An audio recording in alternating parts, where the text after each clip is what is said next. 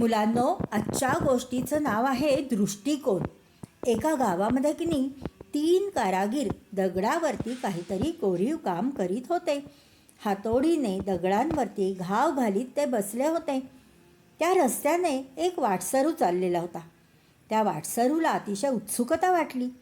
त्या वाटसरूने त्यातील एका कारागिराला विचारले, तू काय बरं करीत आहेस?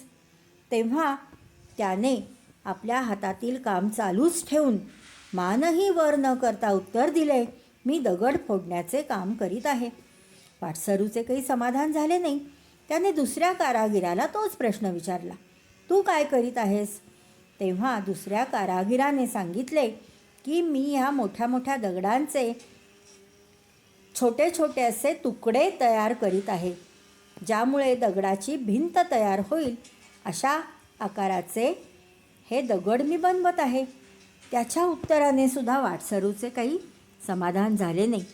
नेमके कामाचे स्वरूप काय आहे हे त्याच्या लक्षातच येईना. थोडेफार लक्षात आले, परंतु कामाची पूर्ण कल्पना काही त्याला आली नाही. त्यामुळे त्याने तिसऱ्या कारागिराला तोच प्रश्न विचारला, तू काय करीत आहेस? तेव्हा त्या कारागिराने आपल्या हातातील काम थांबवले आणि वाटसरूकडे बघून तो म्हणाला, मी एका इमारतीचे बांधकाम करीत आहे आणि ती इमारत एका भव्य दिव्य अशा मंदिराची असणार आहे आणि ते भव्य दिव्य मंदिर भगवान श्री शंकराचे असणार आहे. अतिशय अभिमानाने त्याने दिलेले हे उत्तर ऐकून वाटसरूचे ह्या उत्तराने मात्र अगदी पूर्ण समाधान झाले. खरं तर तीनही कारागीर एकसारखेच काम दगडावर करत होते, परंतु प्रत्येकाने दिलेले उत्तर मात्र निराळे होते.